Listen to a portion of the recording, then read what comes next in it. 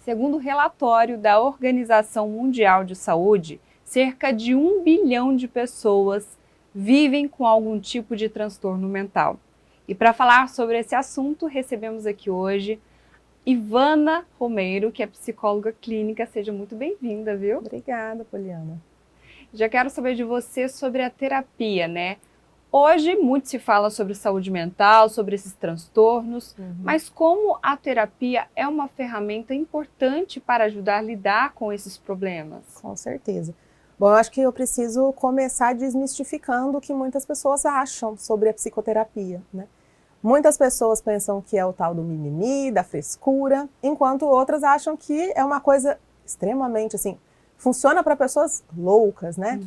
Claro que o transtorno mental grave, ele é também uma demanda para os psicólogos, para a psicoterapia.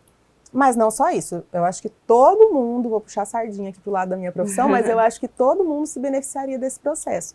Porque, em resumo, a psicoterapia, ela se trata de autoconhecimento. Vamos usar um exemplo assim bem sofrido, né? Uma guerra, por exemplo.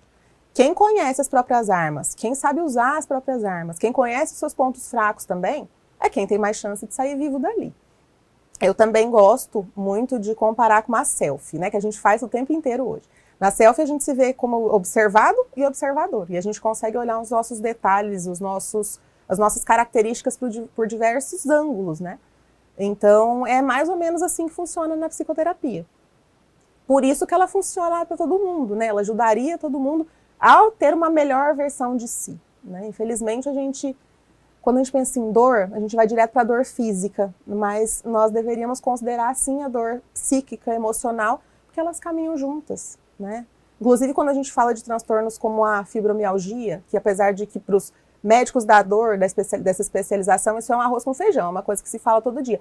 Mas para a população em geral, não é uma coisa muito conhecida. E é uma coisa que dá dor no corpo, é um transtorno que dá dor no corpo, por um problema mental, né? Atrapalha o sono, atrapalha a memória, mas são dores, um dia tá na coluna, um dia tá na perna, um dia tá um inchaço na mão que você mostra pra pessoa, a pessoa não percebe que tá inchada, uma outra pessoa, né?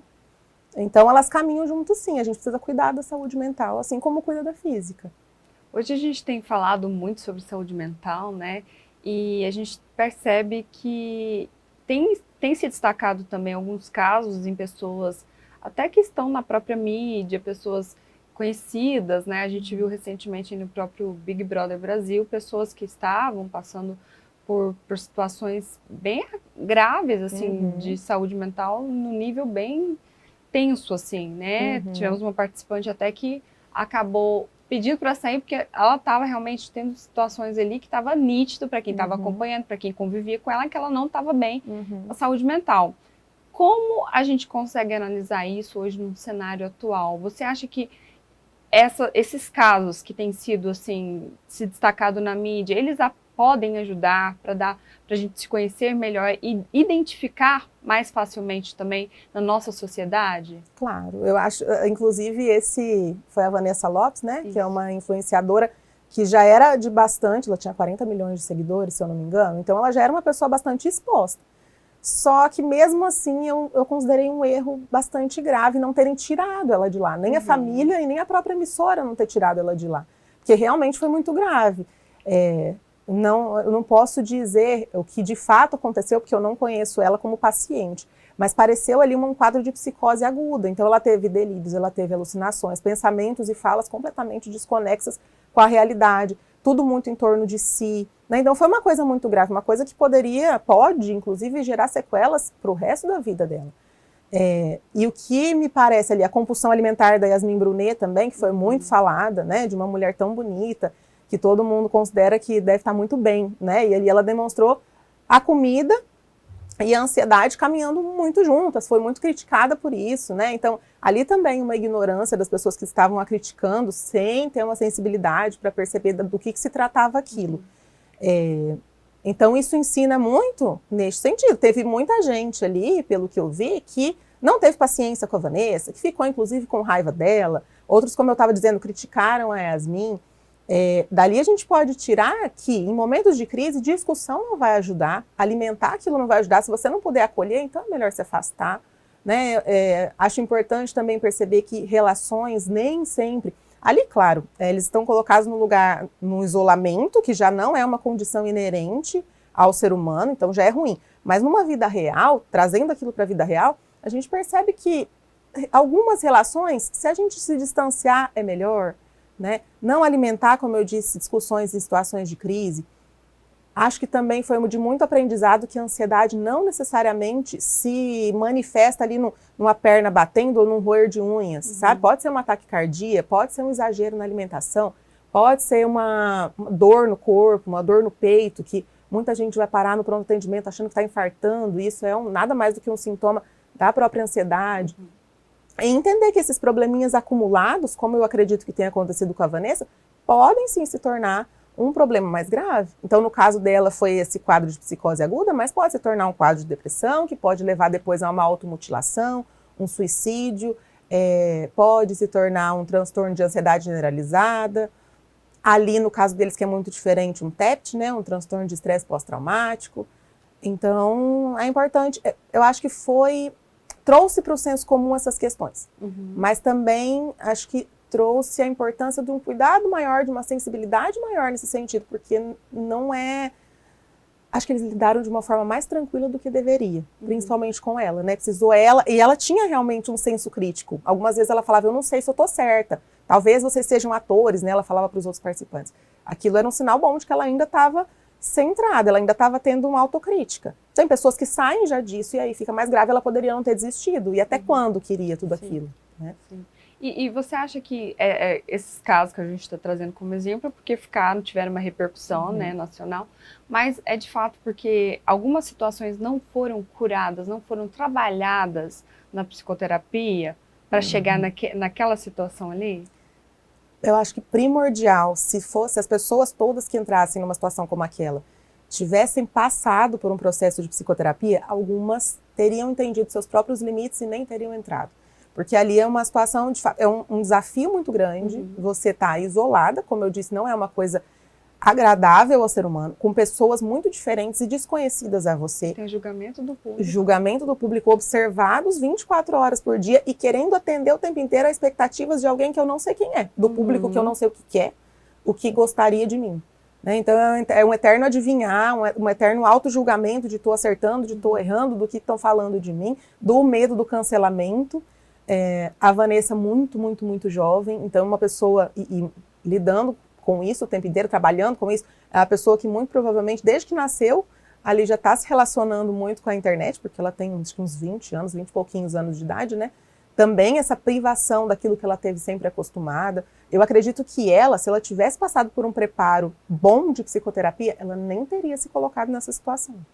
E hoje a gente, infelizmente, até esse relatório da OMS divulgou que também o Brasil lidera, né, como o país mais ansioso do mundo. Isso é muito preocupante, né, Ivana? Mais de 9% da população tem um quadro de ansiedade mais aguda no Brasil. É muito preocupante. E aí a gente vê tem se falado muito de burnout, né, que é um excesso de trabalho, então de professores, de médicos, de enfermeiros. E é um quadro, é uma ansiedade, como eu disse, a gente vai acumulando esses probleminhas, essas questões mentais, se torna um quadro mais grave como esse. Eu costumo falar para os meus pacientes assim, a terapia não é gostosa, a gente fala de coisas muito incômodas. Sim. E não é para deixar de sofrer. Mas a vantagem é que se aprende a sofrer pelo que realmente é. Então é um sofrimento proporcional àquilo que está acontecendo. A ansiedade, ela é um medo maior do que a ameaça de fato. Então ali, se você vai fazer uma prova, por exemplo, no dia seguinte, e você estuda, você sabe que você estudou, você precisou de um certo nível funcional de ansiedade para parar de estudar, senão eu ia dormir, assistir série, passear, viajar, né? Agora, eu preciso de um certo nível de ansiedade para eu sentar e estudar. Agora, quando ele passa a ser patológico, eu não consigo dormir, eu não acredito naquilo que eu mesmo estudei, no outro dia eu já não estou bem, a minha memória já não funciona por conta da privação de sono, pelo meu próprio nervosismo, eu tenho um branco e eu não consigo fazer a prova. Então, muito se dá por causa disso, né? Então, tem quadros mais graves, como um burnout, por exemplo, mas também tem quadros como esse, episódicos, mas que também atrapalham muito a vida da pessoa. E como hoje a terapia, a psicoterapia, pode ajudar, de fato, uma pessoa ansiosa a passar por essas crises, por esses episódios, né? Tem pessoas que tem um bloqueio também com a psicoterapia, porque, eu vou falar de coisas tão íntimas da minha vida com uma pessoa estranha. Eu posso falar com um amigo, eu posso falar com um familiar. Por que a ajuda ali do profissional da saúde é diferente, principalmente ali nos quadros de ansiedade? Porque é uma escuta treinada. A gente vai levar a fala daquele paciente, a gente vai conduzir e fazer intervenções, então fazer algumas devolutivas, que são cientificamente comprovadas de que funcionam. De forma alguma, o que vier do psicoterapeuta vai trazer o julgamento pessoal dele. Então, é diferente de falar com um familiar ou com um amigo que vai trazer o seu juízo de valor, que vai às vezes falar que é frescura, que vai dizer que vai passar, que não tem a mesma percepção e a mesma vivência que você, que talvez não tenha vivido um trauma na infância que está te gerando ansiedade hoje. Nós não somos treinados a olhar para as nossas emoções. E às vezes nós estamos com ansiedade e não estamos percebendo do que se trata, de onde vem. Qual é o gatilho para aquilo? Né? A gente fala de gatilho como algo que me despertou uma coisa que eu já vivi lá atrás, provavelmente, né? Algum trauma, alguma coisa que aconteceu na minha infância, filtros que a gente vai se colocando durante a infância e a adolescência, que são fases tão importantes e que a gente não percebe o quanto eles estão tendo influência hoje. A ansiedade tem muito disso. E é por aí que a gente ajuda na psicoterapia. A gente vai buscar um objetivo para aquele paciente e a gente vai levar, não é uma simples conversa, é levar aquela fala para o objetivo que a gente tem que resolver. Se conhecer também no sentido, a gente fala de psicoeducação, saber o que está acontecendo com você, saber o momento que eu estou ansioso e saber levar aquilo para a racionalidade. Como eu disse antes, se é um medo maior do que a ameaça, e eu consigo trazer isso para a minha razão, eu vou perceber o tamanho da minha ameaça. Se eu tenho uma prova para fazer amanhã que eu quero muito passar, eu vou saber que eu tenho que estudar, que eu estudei, que eu estou preparado, que também não vai ser o fim do mundo se eu não passar, vai ser chato, sim, como eu disse, talvez vai ter um sofrimento. Mas não vai, a gente tem, se a pessoa está com uma ansiedade patológica, ela tem um medo grande como se fosse acontecer uma grande tragédia se ela não passasse na prova, que foi o exemplo que eu trouxe, né? E com relação aos coaches, a gente fala muito hoje sobre coach, e algumas pessoas colocam até que, estou fazendo coach, está substituindo a terapia. É a mesma coisa, Ivana? Se você está fazendo um tipo de consultoria com um coach, você está anulando a psicoterapia? De jeito nenhum. Não é a mesma coisa, O né? coach, na verdade, nós temos um grande problema também de psicólogos que estão atendendo, misturando ali. Sou coaching e psicólogo. Eu posso até ser coaching e psicólogo, mas eu atendo lá num lugar, sendo a Ivana coach. Eu não sou coach, né? Mas estou dando um exemplo. Atendendo como coach em um lugar e no meu consultório de psicologia é outra, né? Eu sou psicóloga, justamente porque tem essa diferença. Então a gente tem que tomar bastante cuidado. Eu acho que o serviço do coaching, ele é mais pontual para alguma habilidade que eu preciso desenvolver ali.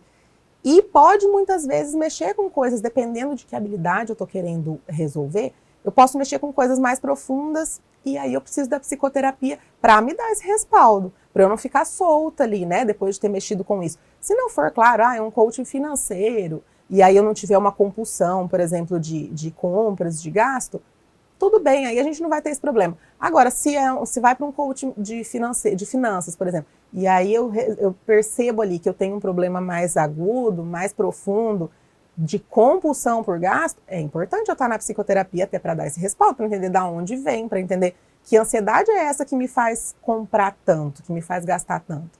Então é nesse sentido. Pra gente encerrar, Ivana, as pessoas às vezes elas têm um certo tipo de preconceito quando a gente fala, tô fazendo terapia, vou fazer terapia. A pessoa já pensa, então ela é louca, tem algum problema que vai fazer terapia. Isso ainda existe mesmo nos dias atuais? Isso Infelizmente, acontece? Muito. As pessoas que vão fazer psicoterapia, elas destoam da maioria das pessoas, né? Mas eu costumo dizer que são pessoas muito corajosas. Talvez algumas achem, é fraco, né? Tá falando ali das suas fraquezas, das suas vulnerabilidades. Mas justamente por isso são pessoas que se tornam mais fortes, dependendo da forma como a gente olha o que é ser forte e o que é ser fraco. Eu penso que tem que ser muito corajoso para você olhar para essas questões tão profundas e tão difíceis.